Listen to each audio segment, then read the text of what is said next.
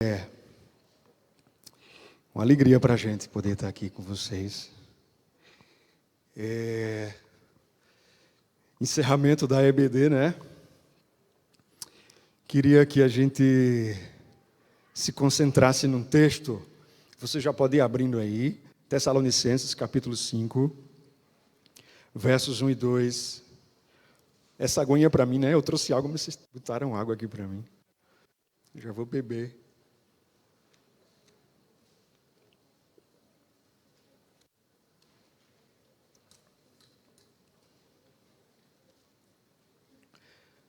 Tessalonicenses.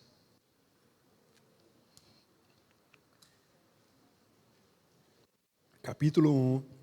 5. Tessalonicenses, capítulo 5. 1 Tessalonicenses. É que eu estou nervoso, galera. 1 Tessalonicenses, capítulo 5, versos 1 e 2. A gente vai ler. Tá?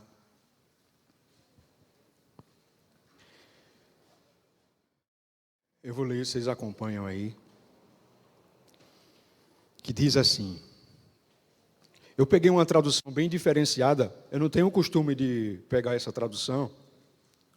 Mas, ultimamente eu tive acesso e eu gostei demais. A Bíblia de Jerusalém. E ela tem um título assim, ó. A vigilância aguardando a vinda do Senhor. Aí o verso 1 do capítulo 5 de Tessalonicenses diz assim. No tocante ao tempo e o prazo, meus irmãos, é escusado, eu acho que a expressão que mais me chamou a atenção foi essa daqui, é escusado, ou seja, é desnecessário, é inútil escrever-vos. Aí o verso 2 diz assim, porque vós sabeis perfeitamente que o dia do Senhor virá como ladrão noturno. Amém? Amém? Qual é o tema? A vinda triunfal do noivo. Que massa poder falar sobre esse assunto.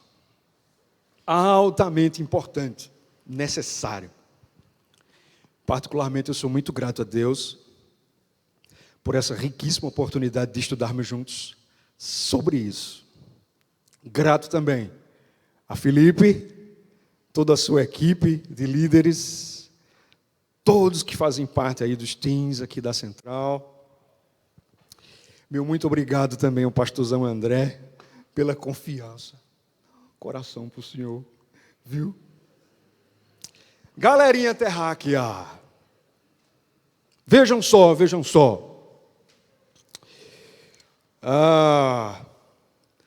Se a gente pensar na gente mesmo, como uma edificação, uma construção, uma casa, eu estou falando numa linguagem metafórica, tá? Para mim, eu estou sendo sincero, tá? Para mim, esse assunto sobre a segunda vinda de Cristo significa a parte mais importante da casa, que para mim é o telhado. Telhado da casa. Você já imaginou uma casa sem telhado? Não rola, né, cara? Não rola. Então, sabe, tá lá no topo, é a parte mais importante da casa. Se é a parte mais importante da casa, eu quero dizer para você que é a parte mais importante da história do nosso relacionamento com o Senhor. Falar sobre a segunda vinda é o ápice. Eu particularmente acho que esse assunto é um vetor dos mais importantes. Detalhe, que vão dar sentido à nossa vida com Cristo. Cara, só em você poder pensar que há um curso, um fluxo, uma trajetória da vida que aponta para o fim, para o apogeu, para o auge da existência humana. Isso dá um alívio, pelo menos para mim. Eu me sinto aliviado. Cara, a minha história ela vai ter um fim.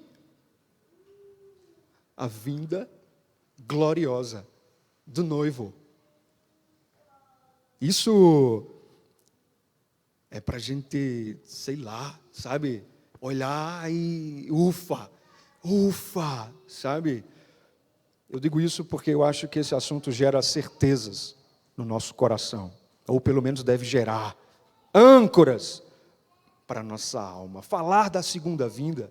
E eu quero que você imagine que nesse momento eu estou tipo um corredor desse, sabe? E eu acho muito massa, porque alguns casamentos, né? E nessa pandemia eu fiz vários casamentos. Alguns, né? Entrava umas criancinhas jogando pétalas para preparar a entrada dos nubentes. E eu ficava imaginando, né, que eu já ficava esperando aqui os nubentes entrarem, e eu ficava imaginando, cara, se eu tivesse de pés descalços, eu ia sentir, sabe, a leveza das pétalas, a maciez das pétalas, sabe, e massa, preparando o caminho. O que eu estou fazendo aqui é isso, eu estou jogando pétalas para vocês, para a gente cair dentro do texto, para a gente ver a importância desse tema. Então, se possível, metaforicamente, tire os sapatos e comece a sentir, sabe, a leveza, a maciez das pétalas. Eu tenho certeza que Papai do Céu vai falar com a gente. Tá certo? Amém? Aliás, falar da segunda vinda, para o pastor Kielce, é falar sobre o que podemos chamar de a grande expectação do povo santo. Pois se trata do topo de um propósito que nasce não entre nós, mas nasce lá em cima e desce, sabe? Desce do céu, desce do Pai das luzes, ou seja, é algo absolutamente divino. Aliás, essa assertiva ela é inspirada em Tiago capítulo 1, verso 17, quando o texto diz: todo bom presente, todo presente perfeito, vem de onde? Vem lá do alto. Então, cara, a segunda vinda não é um evento qualquer. Para quem é salvo, para quem é do reino, trata-se do momento mais esperado, promissor, carregado de esperança, cheio de bênçãos, prosperidade, e que provoca uma animação total no nosso coração, um alvoroço no espírito, além de trazer também muito amor, muita alegria, muita felicidade. E felicidade aqui eu fiz questão de colocar em caixa alta, na letra mais bonita para o pastor Kielce, que é a Arial Black, sabe? Que não precisa nem você colocar em negrito, tá? E olha que massa. Discorrer sobre a segunda vinda é falar sobre como tudo vai terminar, ou como tudo vai começar. E quando eu falo em terminar, eu estou falando no sentido de encerrar a nossa vida meramente terráquea. E quando falo começar, é no sentido de que o Senhor Jesus empreendeu uma obra tão grande, tão magnífica, que para esse dia, o dia da segunda vinda, significa o início de nossa vida com Cristo na eternidade. Amém? Está vendo como é importante falar sobre a segunda vinda? E por falar em importante, eu acredito que isso tem que gerar no nosso coração muita alegria. Tem que gerar na nossa alma o despertar de uma curiosidade mesmo de saber como serão as coisas relacionadas ao fim. É muito bom, cara, a gente poder refletir. O que será de mim? O que vai ser de você? O que vai ser da igreja? E a pergunta que eu quero tentar responder hoje com vocês é essa: como relacionar a nossa ordinary life, tá?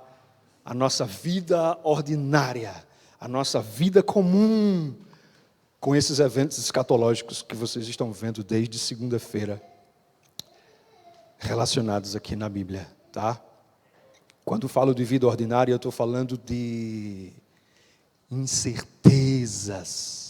Quando eu falo de vida comum, eu estou falando de lutas, eu estou falando de tribulações, eu estou falando de provações, eu estou falando do mergulho que a gente está dando intensamente nessa pandemia. Eu estou falando de todo tipo de adversidades que porventura, eventualmente, passarmos em nossa vida aqui. E eu espero em Deus, ser útil no sentido de te ajudar a refletir sobre essa conexão da vinda de Cristo com o seu cotidiano. Mas o melhor é que tudo o que eu preciso saber sobre a segunda vinda está na Bíblia. Agora veja. Tudo que eu preciso saber. Não é tudo que eu quero saber, tá ligado? Você nunca vai conseguir saber tudo.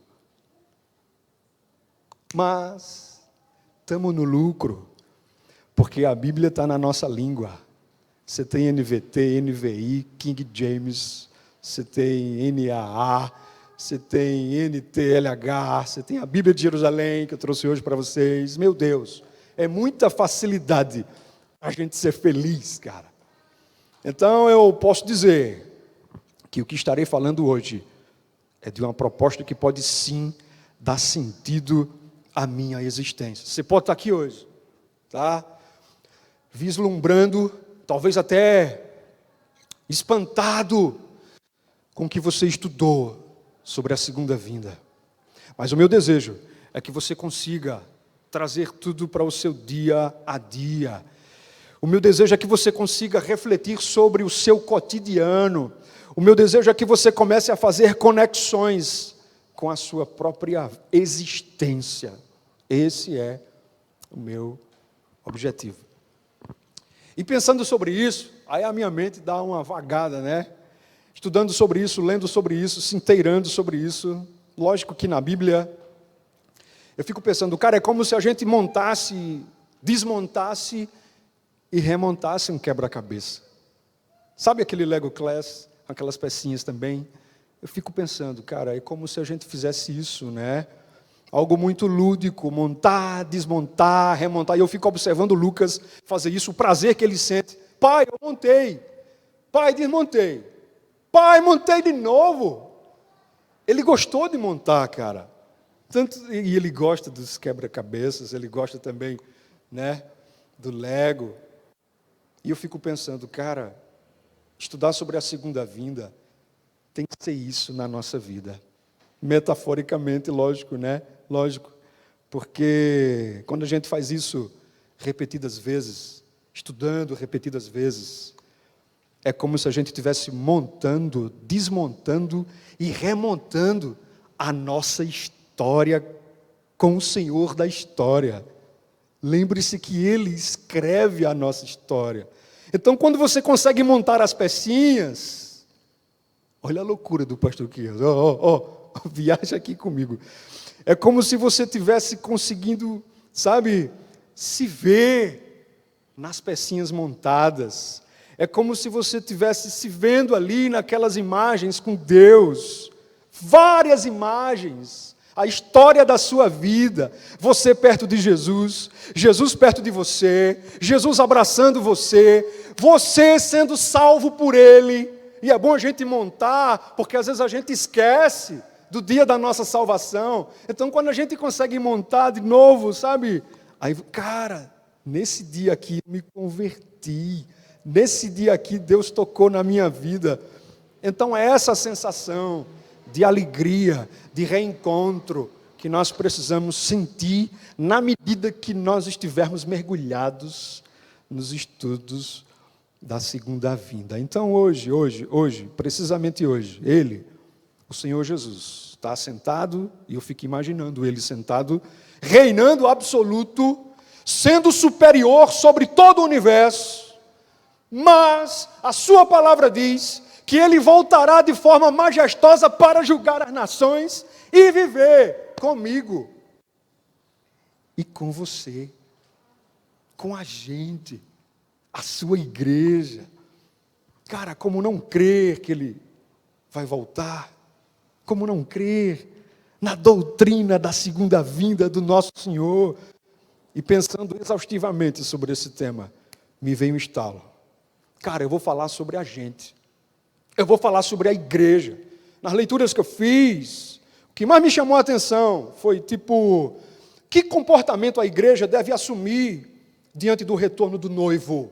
Não é do noivo que a gente está falando, não é do tão esperado evento que nós estamos falando, não é do evento que vai, de uma certa maneira, despertar no nosso coração o desejo de reencontrá-lo de forma verdadeira, onde vai existir, com certeza, a expansão de todos os nossos sentimentos, sabe?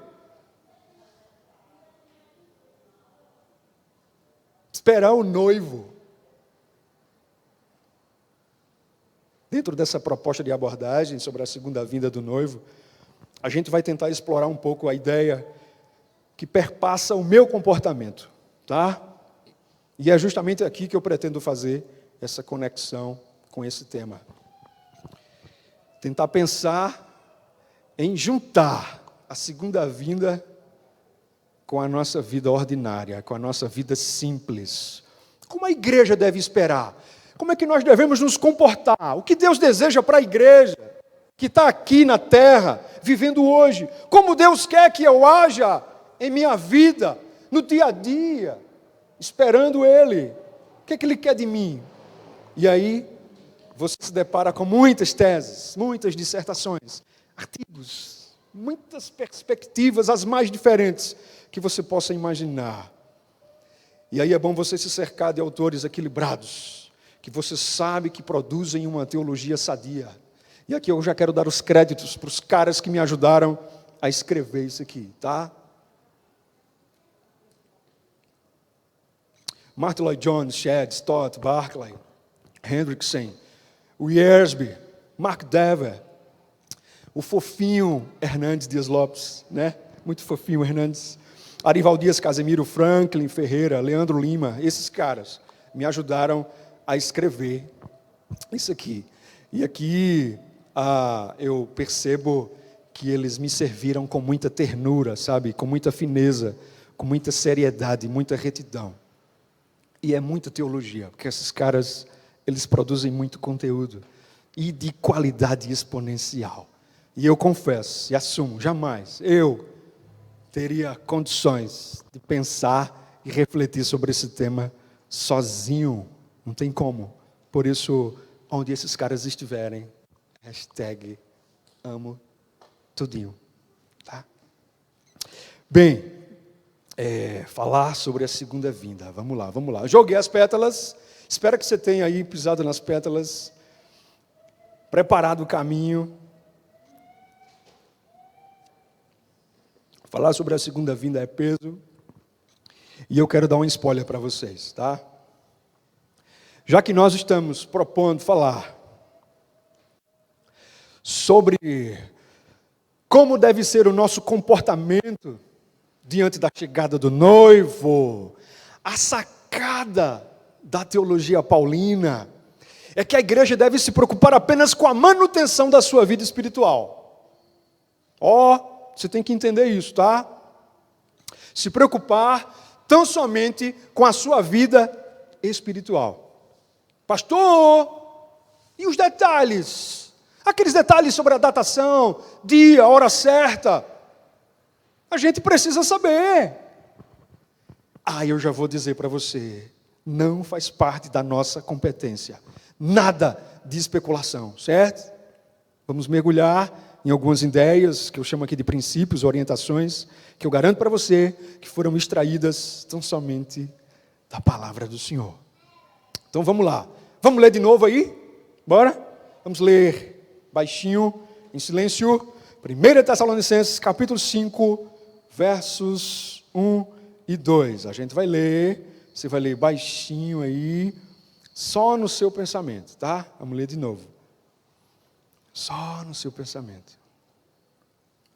Irmãos, quanto aos tempos e épocas, não precisamos escrever-lhes, pois vocês mesmos sabem perfeitamente que o dia do Senhor virá como ladrão à noite. Amém? Amém? Tentei reproduzir o pensamento de vocês. Vamos lá. Mark Dever, ele vai comentar sobre a carta de Paulo aos Tessalonicenses. E quando ele faz isso, já nos primeiros enunciados, Ele joga uma pergunta-chave. Tipo, você acredita no juízo final? Logo no começo ele já joga essa pergunta, né? E aqui eu já estou justificando a minha abordagem sobre a vinda triunfal do noivo na carta de Paulo aos Tessalonicenses. E quero dizer para você que é mais do que necessário, tá? Mais do que necessário a gente ver isso daí. Vocês viram com o pastor Walter Vandilson os sinais, né? Viram com o pastor André Moraes a grande tribulação, viram com o pastor Moisés as taças da ira de Deus, e agora vamos ver a vinda triunfal do noivo. Aí o seguinte, surpreendentemente, a gente já tem uma variedade, uma vastidão de subtemas relacionados à segunda vinda triunfal. Mas o pastor Kielcio já escolheu. A gente vai estar falando sobre que atitude eu devo tomar enquanto igreja, no que diz respeito a estar diante dessa grande expectação da chegada do noivo. A gente vai tentar falar sobre isso. Só que a gente está em Tessalonicenses. O pastor Kielcio não escolheu o Apocalipse, ele escolheu Tessalonicenses. E existe um certo contexto que envolve essa carta e que nos leva a pensar em pormenores que se destacam, sabe, dentro dessa propositura de Paulão escrever essa carta pensando no tema da segunda vinda. Acho que vale a gente pensar um pouco, né, sobre algumas informações que eu acho importantes sobre a escrita dessa carta. Primeiro, vale dizer que Paulão, ele montou uma startup, né? Startup muito massa de plantação de igreja. E ele planejou algumas viagens missionárias. Tessalonicenses faz parte da segunda viagem missionária. Só que, surpreendentemente, não estava nos planos de Paulo colocar os pés em Tessalônica. Tessalônica, capital da Macedônia. Europa. A estratégia da a estratégia de Paulo era revisitar todas as igrejas da Ásia que ele já havia implantado. Não estava nos planos. Só que na altura do capítulo 16, verso 9 de Atos, a gente percebe que Paulo tem uma visão. E nessa visão é um homem dizendo assim para ele de forma muito clara e objetiva: ei, Paulão, vem para cá, cara. Nós estamos precisando de tu, velho. Isso na minha linguagem, né? Isso é na minha linguagem. Aí Paulo automaticamente percebe, e imediatamente saca que Deus deseja levar o evangelho para a Europa. E ele se prepara, embarca de Troade, passa pela Samotrácia, Neápolis, Filipos, e finalmente coloca os pés em Tessalônica. Surpreendentemente, ele passa pouco tempo ali. Poderia ficar um pouco mais. Geralmente ele fica muito tempo nesses lugares, nesses povoados, nessas cidades estratégicas.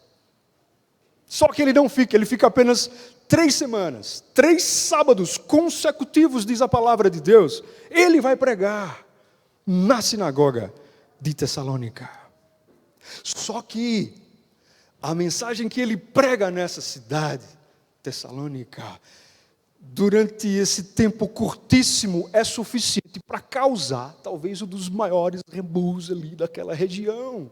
E para deixar aqueles judeus ortodoxos, sabe, raivosos, porque ele estava pregando acerca do Senhor, ele estava pregando acerca de Jesus, e isso estava, de uma certa maneira, abalando as estruturas da religião judaica, da estrutura religiosa do judaísmo, aquela cidade. E é interessante que tem um cara chamado Campbell Morgan.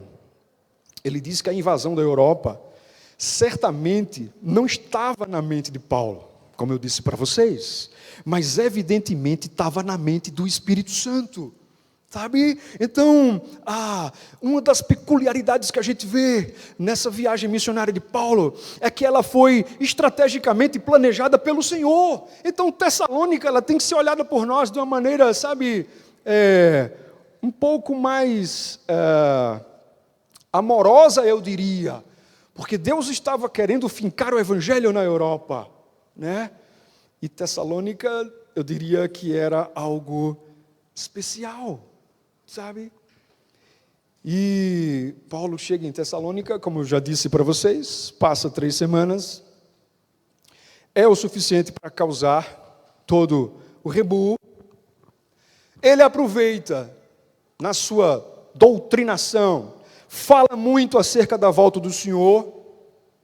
A receptividade dessa palavra, ela não foi tão legal. Por quê? Porque eles começaram a pensar na volta do Senhor como sendo algo iminente. E muitas pessoas, muitos empresários que se converteram começaram a vender as suas propriedades, tá? Pensando que o Senhor Jesus ia voltar imediatamente. Olha só que massa, né? Que massa. É por isso que eu estou pensando aqui com vocês, junto com a ideia da gente repensar a nossa relação com esse tema, para a gente não ficar, né, preocupado de forma demasiada. E aí a gente desemboca nessa ideia aqui que eu vou dizer para vocês. Que a segunda vinda do noivo, ela vai se dar num tempo misterioso para a igreja. Então eu falei para vocês acerca um pouco do contexto.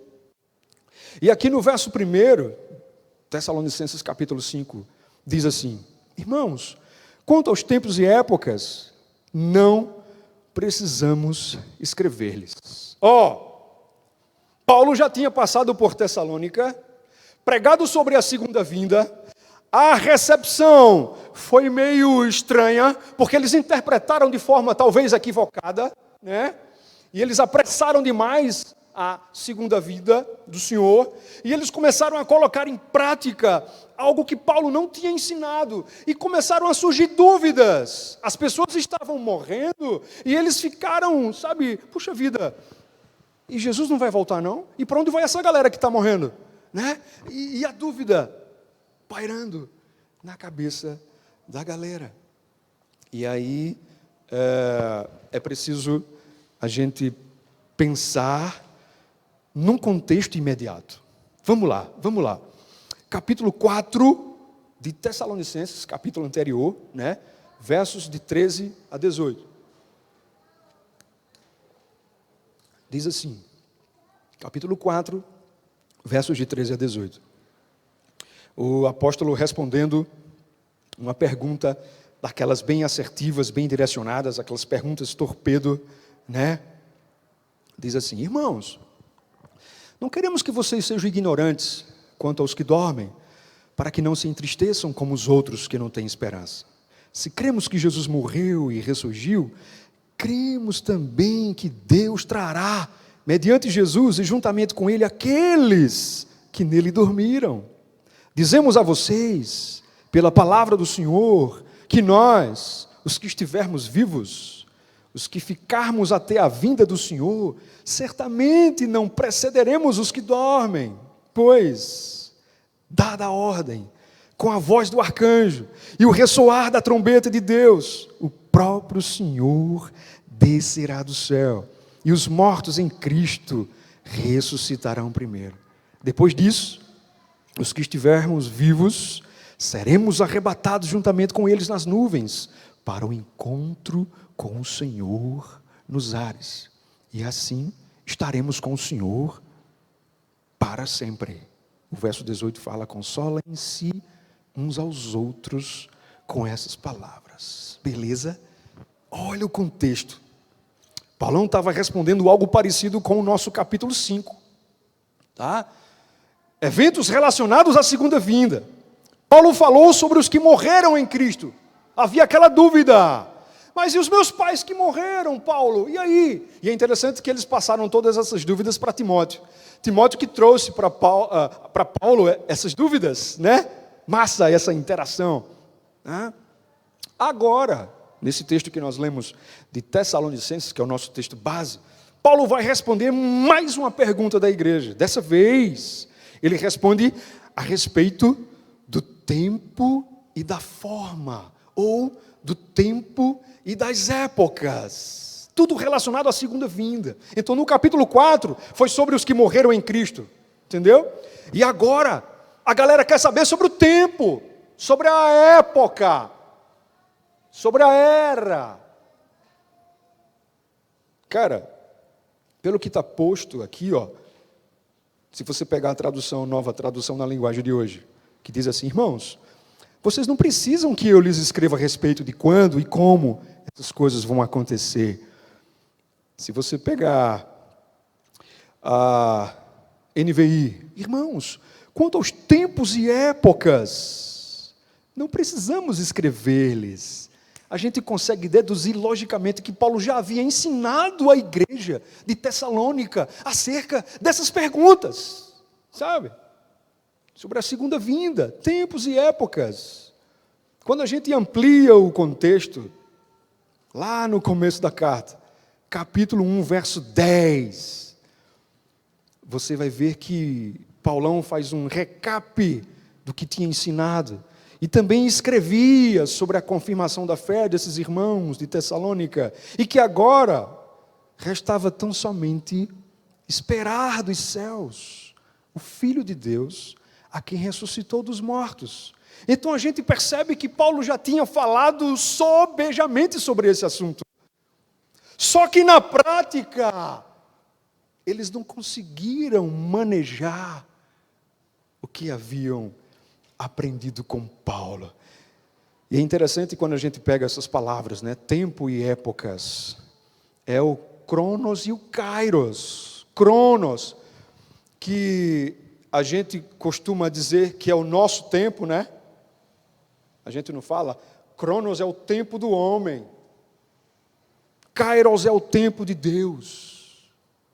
Cronos, na verdade, está ligado a uma contagem regressiva. Esse tema de vocês aí, ó, Cronos. Contagem regressiva, aquela contagem do tempo que você consegue fazer no seu smartwatch. Aí faz, né? Um cronômetrozinho simples, você faz a sua, né? Contagem regressiva. Então, Cronos tem a ver com previsibilidade. Tipo, posso marcar alguns compromissos para a semana que vem, para o mês que vem, para o ano que vem. Posso elaborar a minha agenda. Posso planejar a médio, longo prazo, as minhas finanças, os meus estudos. Posso. Esse é o Cronos. Mas não significa dizer que eu administro sozinho o Cronos. Deus administra os dois, tá ligado, cara? Deus administra os dois. Então, esse negócio de você pensar, o Cronos é o tempo do homem. Calma, é o tempo do homem, mas o homem não domina esse tempo também, tá? E o Kairos está relacionado à imprevisibilidade. Porque traz a ideia de dispensações, cara, de era. Para o pastor Kielce é tipo aquele tempo indomável. E tudo está relacionado à segunda vinda. Só para você ter ideia, o judeu, ele pensa no tempo dividido em duas eras. A era presente, que na realidade, na cabeça da cultura judaica, é uma era absolutamente má.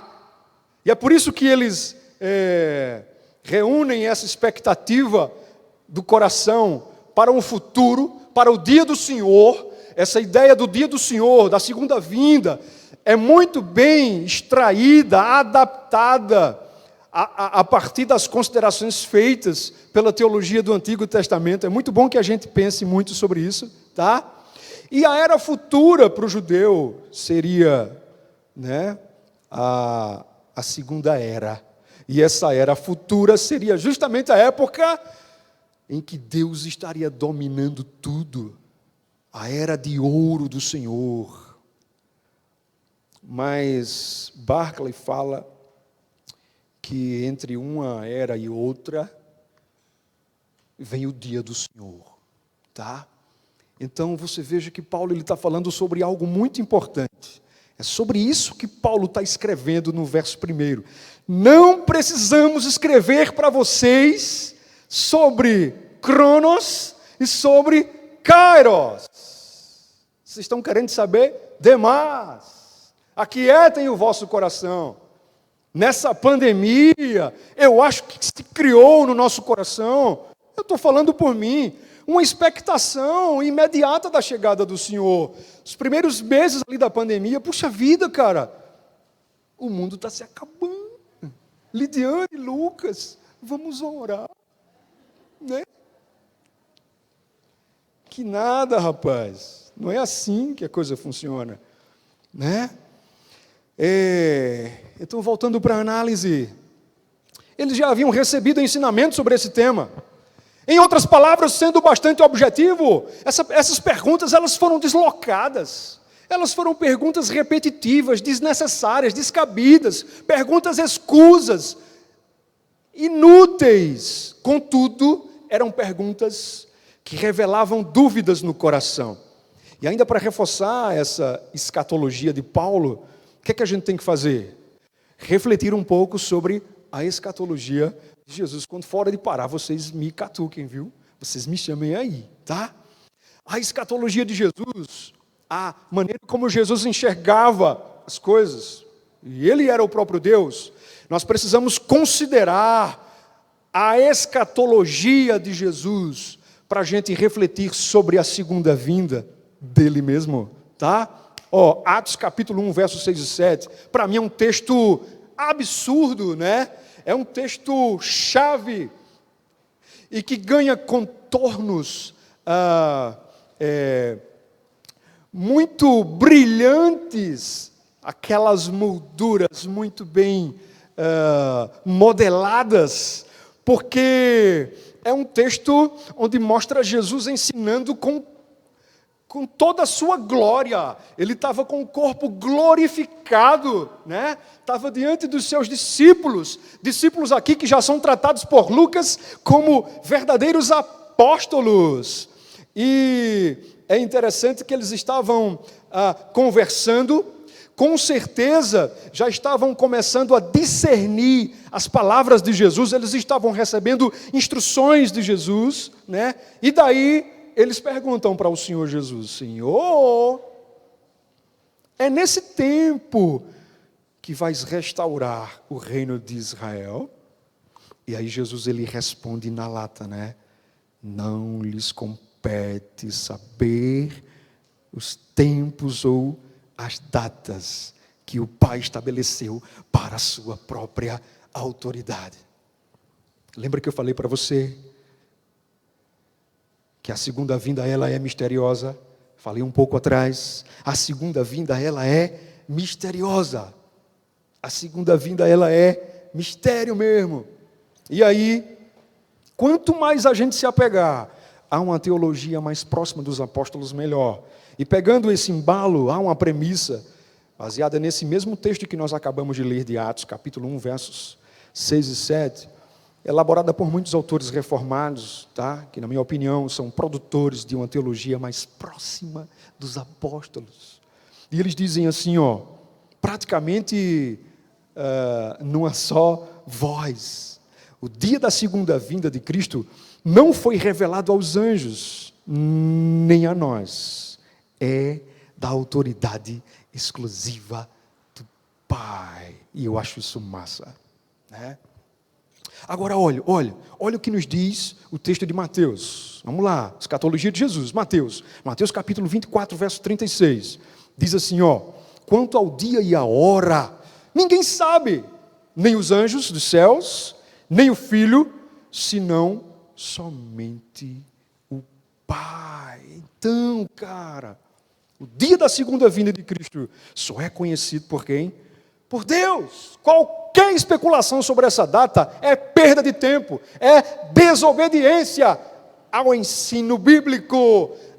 @Kiko Marne diz assim, qualquer tentativa de ir além dos limites impostos pelo texto sagrado é mera especulação. Mas a real é que a igreja de Tessalônica queria saber detalhes sobre o tempo da segunda vinda de Cristo. Está no texto. E aí, na minha linguagem, esbanjando categoria, numa habilidade descomunal de falar das coisas de Deus, Paulão, na lata, diz que não tem nada para acrescentar, além do que já havia ensinado oralmente a todos aqueles irmãos que receberam o seu discipulado, os irmãos de Tessalônica. Eles queriam saber com precisão o tempo da segunda vinda, mas Paulo não é daquele tipo de estudioso de plantão que se acha no direito de especular sobre questões relacionadas aos últimos acontecimentos. Paulo tinha consciência de que Jesus não tratou dessas questões. Vocês jamais vão ver Paulo tentando fazer o que não foi chamado ou orientado para fazer.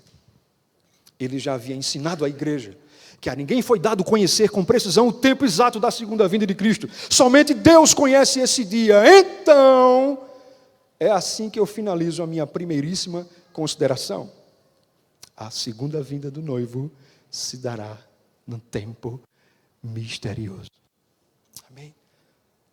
Dá tempo a gente ver essa aqui? Mais uma? Dá tempo? Dá? Versículo 2. Verso 2. Vamos lá.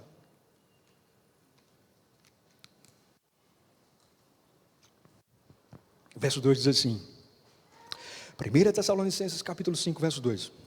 Pois vós mesmos estáis inteirados com precisão de que o dia do Senhor vem como ladrão de noite. Os estudiosos de plantão dizem que a palavra traduzida como com precisão, você vai encontrar com precisão na ARA, né? Almeida Revista e Atualizada, significa no sentido mais dilatado, acuradamente ou detalhadamente. Em outras palavras, é como se Paulo estivesse explicando de forma muito direta, que eles sabiam de tudo, de todos os detalhes necessários, né? Sobre o dia do Senhor, tá? Vocês já sabem perfeitamente que o dia do Senhor vai vir como um ladrão à noite. Tem um comentador citado pelo Hernandes, o Howard Marshall. Ele diz assim: muitas pessoas hoje desejam ardentemente informações detalhadas acerca do tempo e do curso dos últimos eventos. E eu digo que isso é saudável até certo ponto, porque há muitos escritores que estão dispostos a responder sobre essas informações a respeito do fim das coisas, só que com pormenores minuciosos, comprometedores e com uma imaginação tão fértil, que acabam criando narrativas absolutamente desprovidas de respaldo escriturístico, ou seja, totalmente vazios de significado bíblico, totalmente vazios de uma escatologia que tenha Cristo como principal doutrinador. E Paulo não tinha essa percepção. Quando lhe pediram informações detalhadas, nada mais tinha para dizer senão tudo aquilo que já está escrito na passagem, tá? Os doutrinadores cristãos de hoje, principalmente aqueles que estão nas variadas plataformas de mídia, deveriam agir como Paulo. Paulo ensinando aos Coríntios, no capítulo 4, na primeira carta, no verso 6, tem uma parte que ele diz: não ultrapassem o que está escrito.